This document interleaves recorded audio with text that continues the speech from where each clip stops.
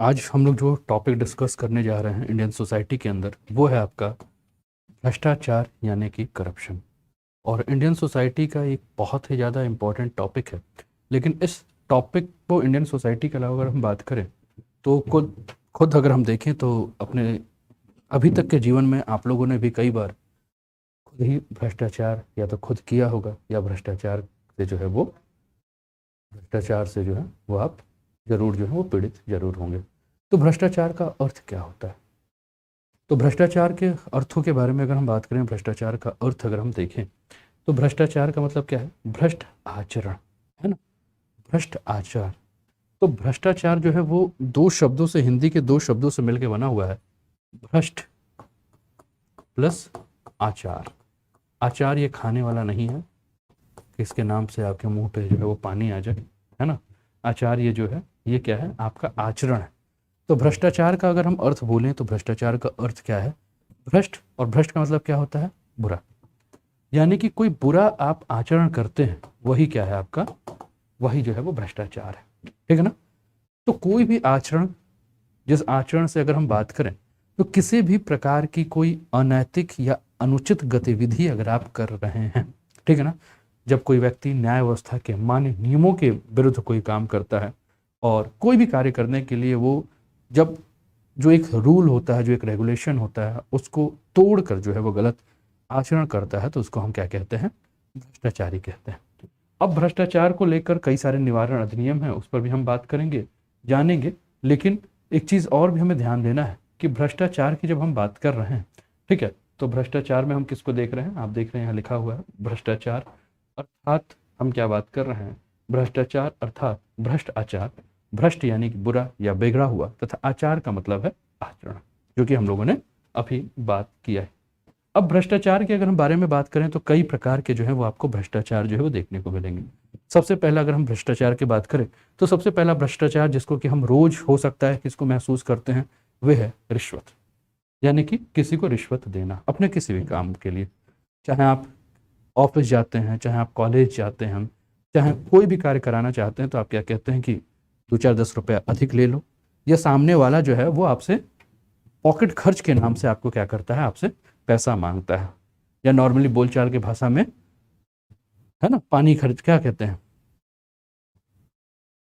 कुछ नाश्ता पानी के नाम से जो है वो पैसा मांगा जाता है। तो कुल मिलाकर, लेकिन कई जगह ऐसा होता है कि सामने वाला जो है वो भ्रष्टाचार कर नहीं रहा है ना। सामने वाला कभी कभी ऐसा होता है कि जो आपसे रिश्वत लेना नहीं चाहता है, आप खुद ही उसको रिश्वत देना चाहते हो।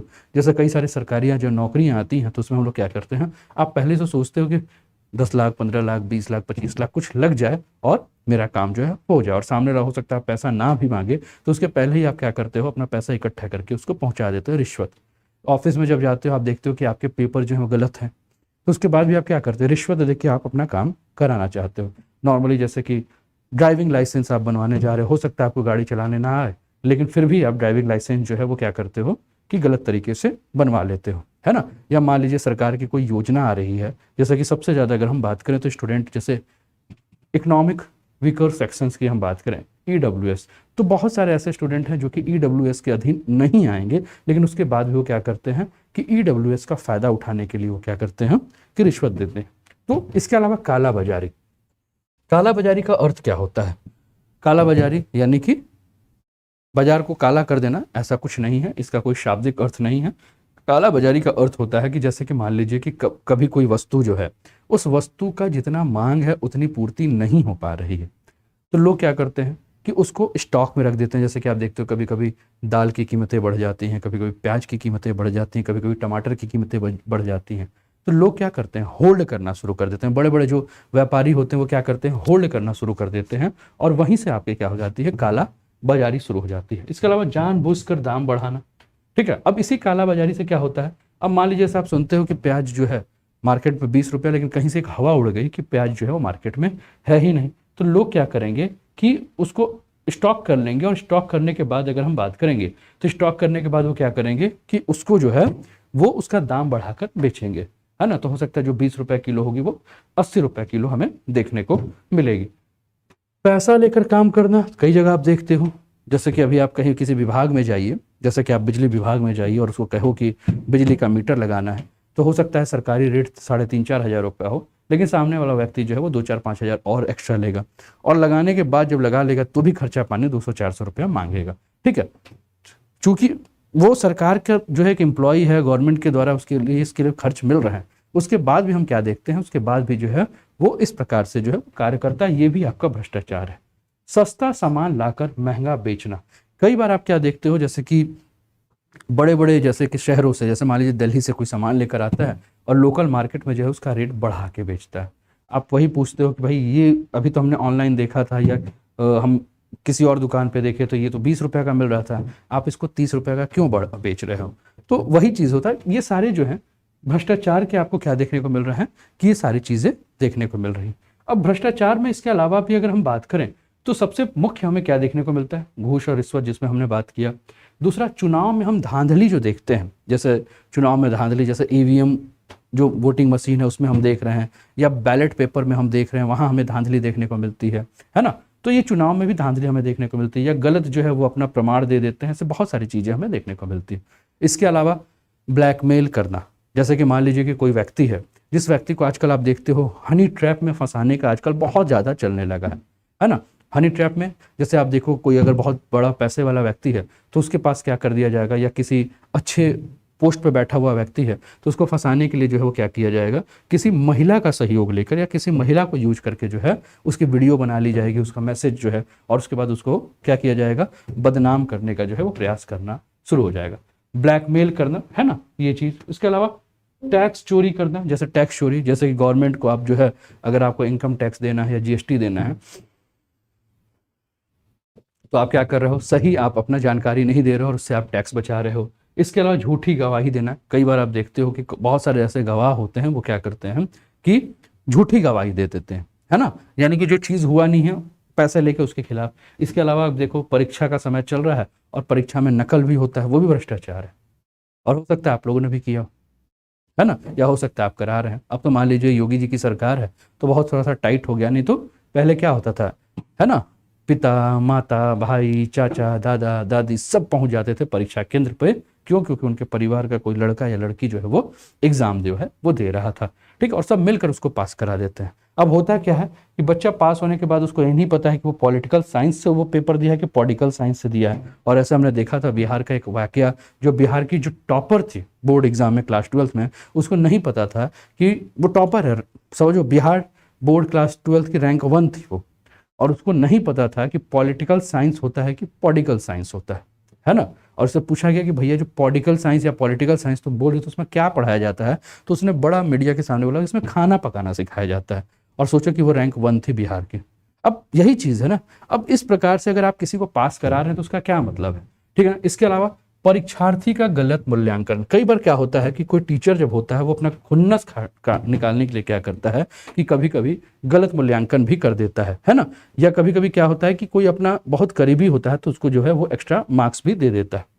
हफ्ता वसूली जो गुंडे लोग करते हैं, जबरन चंदा लेना, जैसे कि आप रोड पर जा रहे हैं और पता चला सामने से कोई आया, रोक दिया आपकी गाड़ी को, बोला कि चंदा दीजिए, फलाना पूजा का, फलाना निर्माण का, फलाना कुछ भी, कोई भी गतिविधि के लिए, है ना, कुछ भी करने के लिए जो आपसे चंदा मांग लिया, जो आप देना नहीं चाहते लेकिन वो जबरदस्ती जो है वो आपसे मांग रहा है। इसके अलावा न्यायाधीशों द्वारा पक्षपातपूर्ण निर्णय पैसे लेकर, वो ठीक है ना, अरे न्यायाधीशों द्वारा पक्षपातपूर्ण निर्णय, कई बार ऐसा देखा गया है कि जो न्याय व्यवस्था है, इस न्याय व्यवस्था के ऊपर भी जो है वो कई बार प्रश्न चिन्ह लग चुके हैं। न्याय व्यवस्था के ऊपर प्रश्न चिन्ह लगने का मतलब है कि कई बार जो है वो न्यायाधीशों के ऊपर ये आरोप लगे हैं कि न्यायाधीश जो है वो क्या है कि पैसा लेकर जो है वो क्या कर रहे हैं कि अपना गलत निर्णय सुना रहे हैं, ठीक है। इसके अलावा अगर हम बात करें तो पैसे लेकर वोट देना, जैसे कि चुनाव आता है तो आप देखते हैं कि बहुत सारे ऐसे लोग होते हैं, साड़ी हो गया, पैसा हो गया, शराब हो गया, मोबाइल हो गया, टीवी हो गया, ये सारी चीज़ें जो है वो दी जाती है, जिसके माध्यम से जो है लोग क्या कर रहे हैं, पैसा दे रहे हैं। अच्छा, अब गवर्नमेंट जब इसके ऊपर या चुनाव आयोग इसके ऊपर जब बहुत स्ट्रिक्ट हुई तो लोग क्या कर रहे हैं कि चुनाव से जस्ट पहले जो है वो विवाह राशि के रूप में, किसी सहायता राशि के रूप में जो है पहले से ही जो है वो क्या कर रहे हैं, पैसा पकड़ा दे रहे हैं, है ना। तो एक तरह से जो है वो क्या है, घूस देने वाला काम है। इसके अलावा वोट के लिए पैसा हो गया, शराब हो गया, पैसे लेकर रिपोर्ट छापना। कई बार क्या देखते हैं, जैसे मीडिया होती है, मीडिया घराने भी कभी कभी हम क्या देखते हैं कि भ्रष्टाचार का जो है वो प्रयोग करते। कई बार क्या होती है कि पैसा लेके अनर्गल किसी के खिलाफ भी रिपोर्ट छाप देती है ना, पता चला कुछ हुआ ही नहीं है और वो किसी के को बदनाम करने के लिए जो है मीडिया ने जो है वो क्या कर दिया, रिपोर्ट छाप दिया।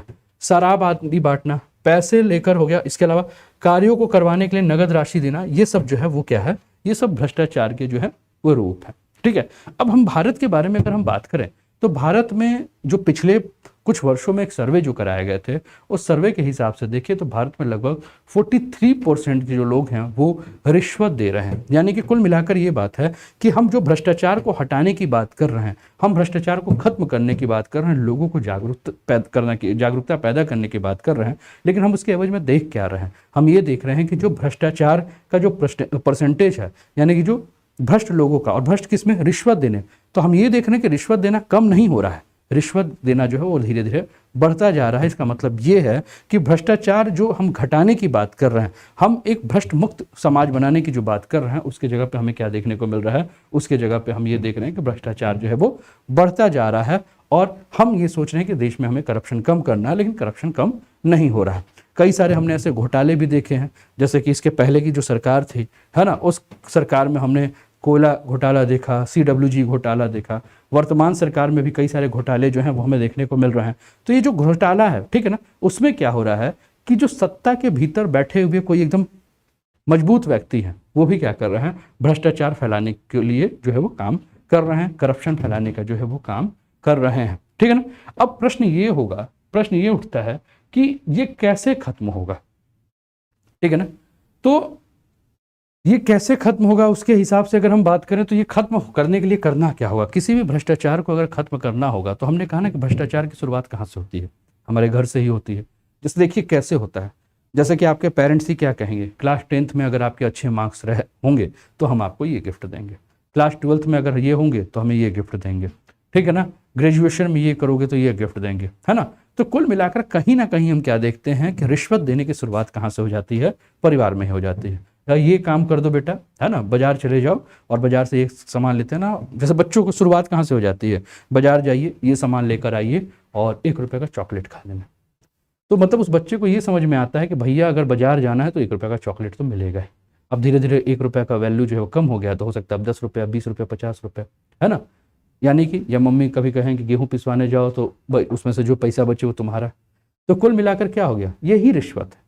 तो कुल मिलाकर जो हम रिश्वत की बात कर रहे हैं, जो शुरुआत केवल मजाकिया लहजे में, जो शुरुआत केवल एक अपने बच्चों से जो काम कराने के लिए जो की जा रही है, वही धीरे धीरे हम क्या देख रहे हैं, समाज में जो है वो एक बहुत जो है वो बड़े स्तर पर आ जा रही है ना। तो कुल मिलाकर कि क्या ये भ्रष्टाचार को हम खत्म कर सकते हैं, तो भ्रष्टाचार को खत्म करना जो है वो बहुत ही मुश्किल है, ठीक है ना। क्योंकि अगर भ्रष्टाचार को खत्म करना होगा तो हमें सबसे पहले अपने पारिवारिक स्तर पे जो है इसको ठीक करना होगा, है ना। अगर पारिवारिक स्तर पे इसको नहीं ठीक कर पाएंगे तो फिर समाज में तो वही आपके हमें देखने को मिलेगा। इसके अलावा एक कहानी के माध्यम से इसको समझाने के प्रयास किया गया है। जैसे कि लिखा हुआ है, मैंने सचिवालय के 2 बाबुओं को बात करते सुना है। उनमें से एक दूसरे से कह रहा था कि मैंने तुमसे रेट से बहुत कम पैसे लिए हैं।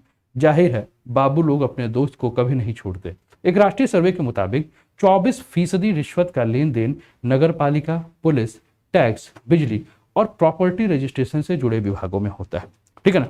तो ये जो कहानी है, इस कहानी के माध्यम से जो ये 2 स्टेटमेंट लिखे हैं, इस स्टेटमेंट के माध्यम से क्या एहसास कराया जा रहा है, क्या बताया जा रहा है, इससे यही बताया जा रहा है कि देखिए भ्रष्टाचार हमें कहाँ देखने को मिलता है। अगर हम सरकारी विभाग में जाएं तो भ्रष्टाचार हमें बाबू का जो लेवल है, यानी कि जो क्लर्क लेवल के लोग हैं, वहीं से शुरुआत होता है।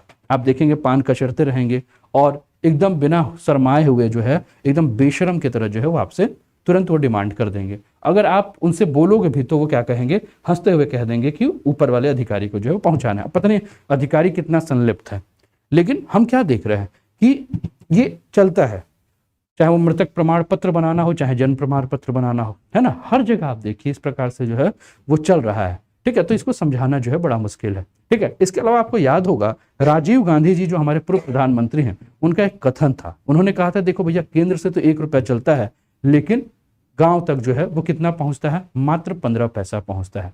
यानी कि प्रधानमंत्री जी राजीव गांधी जी जब थे तो उन्हें भी अपने समय में जो है वो स्वीकार करना पड़ा था कि 85 पैसा, यानी कि 85% जो रुपया दिल्ली से चलता है और आपके गांव तक पहुंचता है, वो बीच में भ्रष्टाचार के जो है वो भेंट चढ़ जाता है ना। तो कुल मिलाकर अगर हम बात करें तो ऊपर से लेकर नीचे तक अगर हम बात करें तो सार्वजनिक जो भी आपके संस्थान हैं, जो भी सार्वजनिक संसाधन है उन सार्वजनिक संसाधनों का जिस प्रकार से दुरुपयोग हो रहा है, आपके जो भी सार्वजनिक संस्थान है उसमें जिस प्रकार से भ्रष्टाचार अंदर तक घुस चुका है, सरकार जो है उसको खत्म करने में बहुत ज़्यादा सफल नहीं हो पाई। इसीलिए वर्तमान सरकार ने जो है वो कई सारी ऐसे योजना, जैसे कि एक योजना आपने देखा होगा डायरेक्ट बेनिफिट ट्रांसफर यानी कि डीबीटी की योजना लाई गई है, जिसके माध्यम से क्या है कि अगर दिल्ली से पैसा 1 रुपया चलेगा तो आपके अकाउंट में जो है वो 1 ही रुपया पहुंचेगा, है ना। इसलिए सरकार ने जो है वो क्या किया, इस प्रकार से जो है वो लोगों के जो है वो बैंक अकाउंट खोलना शुरू किया गया। इसके अलावा अगर हम बात करें तो आपने चाणक्य का नाम सुना है, और चाणक्य ने जो अपनी पुस्तक यानी कि जो अर्थव्यवस्था लिखी थी, उस पुस्तक के अंदर जो है कौटिल्य की जो आपने सुना होगा अर्थशास्त्र, है ना, तो उन्होंने जो उसके अंदर जो है वो पूरा का पूरा प्रशासन चलाने के बारे में बताया है। और उसी में उन्होंने एक बात कही, उन्होंने बात कही कि देखिए जो सरकारी कर्मचारी होते हैं वो सरकारी कर्मचारी जो हैं वो कैसे होते हैं, वो एक मछली के रूप में होते हैं। यानी कि मछली नदी का कितना पानी पी जाती है इसका हिसाब जो है वो मछली को खुद ही नहीं पता होता है। उसी प्रकार से अगर हम देखें तो सरकारी कर्मचारी जो इतने भ्रष्टाचार में लिप्त होते हैं, इतने भ्रष्ट होते हैं कि उनको नहीं पता होता है कि वो कितना उस संस्थान में बैठ के जो है वो भ्रष्टाचार कर चुके हैं और कितना घोटाला कर चुके हैं। तो ये सारी चीज़ें जो है वो हम देख रहे हैं। अब भ्रष्टाचार के प्रभावों के बारे में अगर हम बात करें तो भ्रष्टाचार का प्रभाव क्या देखने को मिलेगा, तो सबसे पहले अगर हम देखें राजनीतिक लागत, तो इससे राजनीतिक संस्थानों के प्रति लोगों के विश्वास और राजनीतिक भागीदारी में जो है वो कमी हो जाएगी। आप देख रहे होंगे कि पहले जब चुनाव होता था तो लोग कितने मन से जो है वो वोट डालने जाते थे। आज जिस दिन वोटिंग होगा तो कई सारे लोग कहते हैं क्या वोट देने जाएं, इस वोट देने से क्या फायदा है, सब तो चोर है, यही सुनने को मिलता है। या हम क्यों दें वोट, क्यों अपना समय बर्बाद करें, आज वोटिंग का दिन है तो हम क्या करते हैं, कहीं घूमने फिरने चलते हैं। ठीक है, तो कुल मिलाकर हम क्या देख रहे हैं कि जो भी राजनीतिक संस्थान है उसके प्रति लोगों का जो विश्वास है वो विश्वास इतना ज़्यादा कम हो गया है, राजनीति में जो भागीदारी है वो इतना ज़्यादा कम हो गई है, चुनाव प्रक्रिया में जो इतनी विकृति आ गई है, नागरिकों के लिए उपलब्ध राजनीतिक विकल्प इतने सीमित हो गए हैं और लोकतांत्रिक प्रणाली जो है वो काफ़ी ज़्यादा नुकसान हो गई। तो कहीं ना कहीं अगर हम बात करें तो अगर हम भ्रष्टाचार का प्रभाव जो है, ठीक है ना, भ्रष्टाचार का प्रभाव जो है ना, अगर हम बात करें तो इसका राजनीतिक लागत जो है वो हम क्या देख रहे हैं,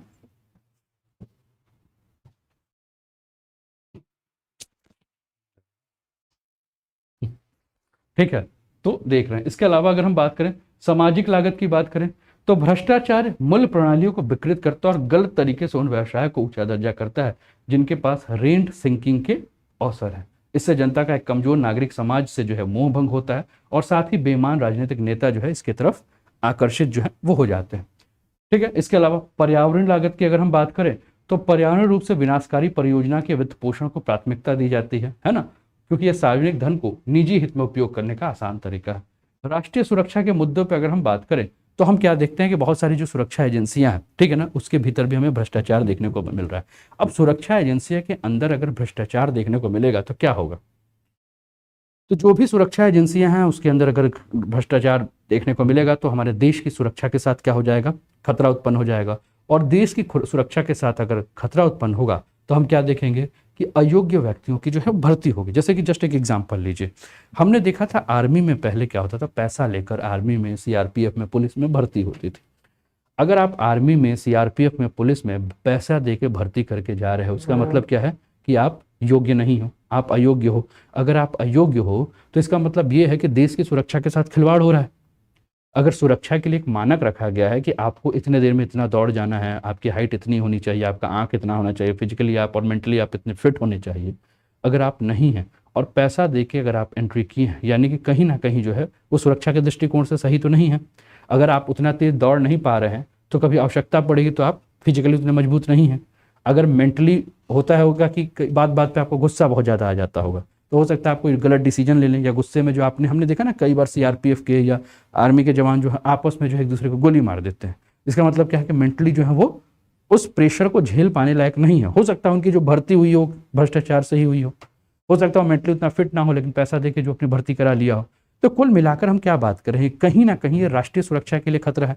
इसके अलावा हम क्या बात करते हैं, धन शोधन की बात करते हैं, ठीक है ना। धन शोधन यानी कि आपका जो मनी लॉन्ड्रिंग की अगर हम बात करें, एक दूसरे से दूसरे देशों काला धन जाता है, ठीक है ना। इसके अलावा आप जैसे हथियार की अगर हम बात करें, अब देखिए एक चीज़ को बड़ा ध्यान से समझिएगा, किसी देश की सुरक्षा के लिए हथियारों की बहुत आवश्यकता है, और हथियारों में अगर किसी भी प्रकार से भ्रष्टाचार देखने को मिलेगा, मान लीजिए हमने अमेरिका से जो है वो खरीदा कोई भी, मान लीजिए हमने लड़ाकू विमान खरीदा, मान लीजिए हमने फ्रांस से खरीदा, रशिया से खरीदा, और मान लीजिए कि वहाँ हमने क्या किया कि जो भी संस्था जो उनके साथ बात कर रही है वहाँ की संस्था के साथ, अगर वो मान लीजिए कि 10 रुपये का जो चीज़ है उसने क्या किया भ्रष्टाचार में, उसने क्या किया 10 रुपये में 5 रुपया कमाने के चक्कर में पड़ गया और 5 ही रुपये का चीज़ है, तो कहीं ना कहीं वो जो वस्तु होगी है ना उसमें वो क्वालिटी नहीं होगी जो होनी चाहिए, तो इससे नुकसान किसको होगा, उससे देश की सुरक्षा को जो है, ठीक है। तो ये बहुत सारी चीज़ें जो है वो देखने को मिल रही हैं। तो भ्रष्टाचार से लड़ने के लिए क्या क्या और तरीके हैं, तो कानूनी ढांचा क्या है, तो भ्रष्टाचार निवारण अधिनियम जो है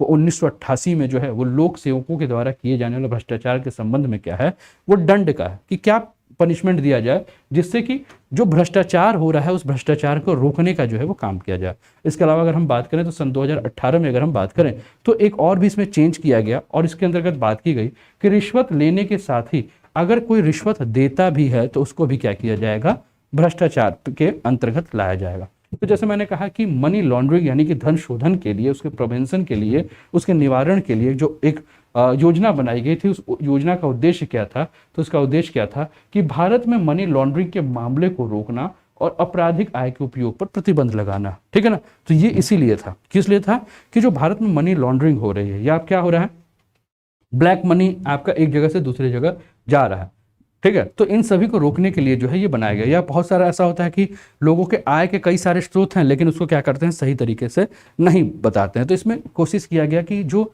सजा हो वो क्या हो, काफ़ी सख्त हो, और जिसमें 10 साल तक की कैद के बारे में बात की गई है। अगर कोई व्यक्ति इसमें संलिप्त है तो उसकी संपत्ति को जो है वो कुर्क करने की बात की गई है ना। तो ये सारी बातें जो हैं इसके अंतर्गत की गई है। इसके अलावा कंपनी अधिनियम 2013 लाया गया। इसका उद्देश्य क्या था, तो जो कॉर्पोरेट सेक्टर थे उस कॉर्पोरेट सेक्टर में अगर किसी भी प्रकार से भ्रष्टाचार है तो उस भ्रष्टाचार को, कॉर्पोरेट सेक्टर में किसी भी प्रकार का धोखाधड़ी है तो उसको रोकने का जो है वो कोशिश किया गया। और ये कहा गया कि देखिए कंपनी के अधिनियम के अंतर्गत ये जो भी चीज़ें होंगी इसको क्या किया जाएगा, क्रिमिनल ऑफेंस माना जाएगा, यानी कि दंडनीय अपराध माना जाएगा, और इसके लिए जो है वो क्या किया जाएगा कि उसको सजा दी जाएगी।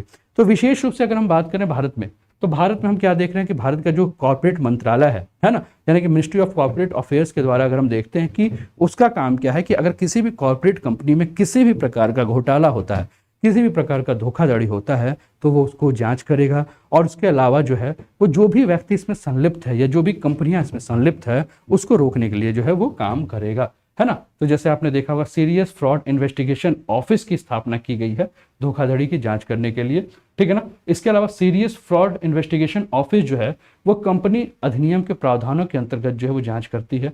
और जैसे कि इंडियन पैनल कोड आईपीसी की 1860 के अंतर्गत जो भी धाराएं हैं, जो हमारे यहाँ कानूनी प्रावधान है 1860 आईपीसी का भारतीय दंड संहिता, उसके अंतर्गत कालाबाजारी के लिए, रिश्वत लेने के लिए, धोखाधड़ी करने के लिए जो है वो जो भी आपके कानूनी प्रावधान है उसको जो है लागू किया जाता है।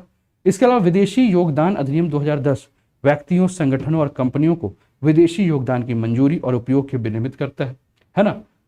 तो ये सारी चीजें आपने देखा है। और विदेशी योगदान की प्रजाति के लिए गृह मंत्रालय का पूर्व अनुमोदन जो है वो आवश्यक है ना। कोई भी अगर विदेशी योगदान मिल रहा है, जैसे कि आप एक चीज ध्यान रखिएगा, आपने देखा था कि हमारे देश में काफी सारे एनजीओ और काफी सारे ट्रस्ट चल रहे थे।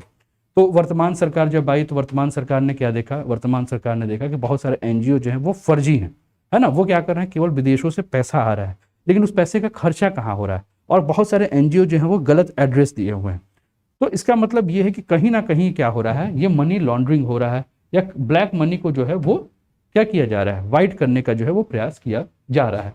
तो इसके लिए जो है वो ये कहा गया कि कोई भी विदेशी योगदान अगर आ रहा है, ठीक है ना, विदेश से कोई भी अगर पैसा दे रहा है, कोई भी मान लो XYZ कोई अगर आपकी कंपनी है ना, एनजीओ है, और इस एनजीओ को अगर विदेश से पैसा आ रहा है तो सबसे पहले गृह मंत्रालय से जो है वो क्या होगा, आपको परमिशन लेना होगा, ठीक है ना, तभी आपको मिलेगा। नहीं तो अगर आप गृह मंत्रालय से परमिशन नहीं लेंगे और विदेशों से कोई अनुदान लेते हैं तो वो अनुदान जो है वो अवैध माना जाएगा।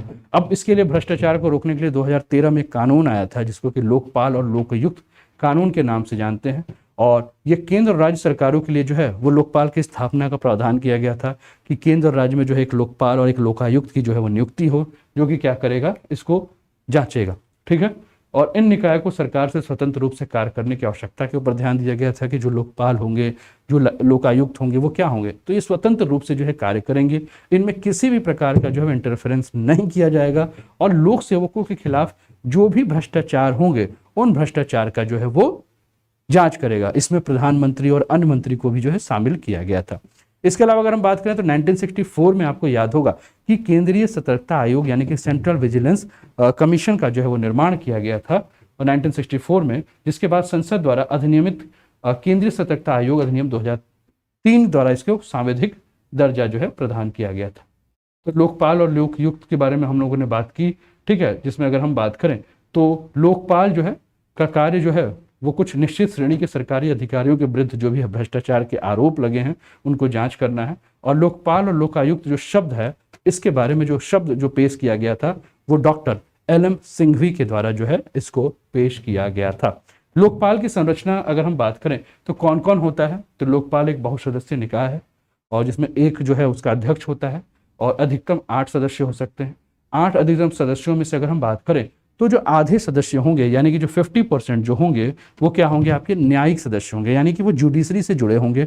और बाकी जो 50% होंगे वो क्या होंगे, आपके अनुसूचित जाति जनजाति से होंगे, अन्य पिछड़ा वर्ग से होंगे, अल्पसंख्यक होंगे, महिला श्रेणी से जो है होना चाहिए, ठीक है ना। अब लोकपाल जो संस्था आपको देखने को मिल रहा है, इस लोकपाल संस्था का जो चेयरपर्सन होगा वो कौन होगा, या तो भारत का पूर्व मुख्य न्यायाधीश रहा हो या सर्वोच्च न्यायालय का कोई पूर्व न्यायाधीश रहा हो, ठीक है, ये आपको रहना होगा। और लोकपाल संस्था के जो भी अध्यक्ष होंगे, ठीक है, तो उन अध्यक्षों का अगर हम बात करें या जो भी सदस्य होंगे तो उनका कार्यकाल क्या होगा, 5 साल या 70 साल की आयु तक जो है वो हमें देखने को मिलेगा। अब जो लोकपाल होंगे उन लोकपाल के क्षेत्राधिकार में कौन कौन लोग होंगे जिनकी जांच की जाएगी, तो इसमें प्रधानमंत्री, मंत्री, संसद सदस्य, समूह A, B, C और D के जो भी अधिकारी होंगे, ठीक है ना, या केंद्र सरकार के जो भी अधिकारी होंगे, उन सभी का जांच जो है वो लोकपाल कर सकता है।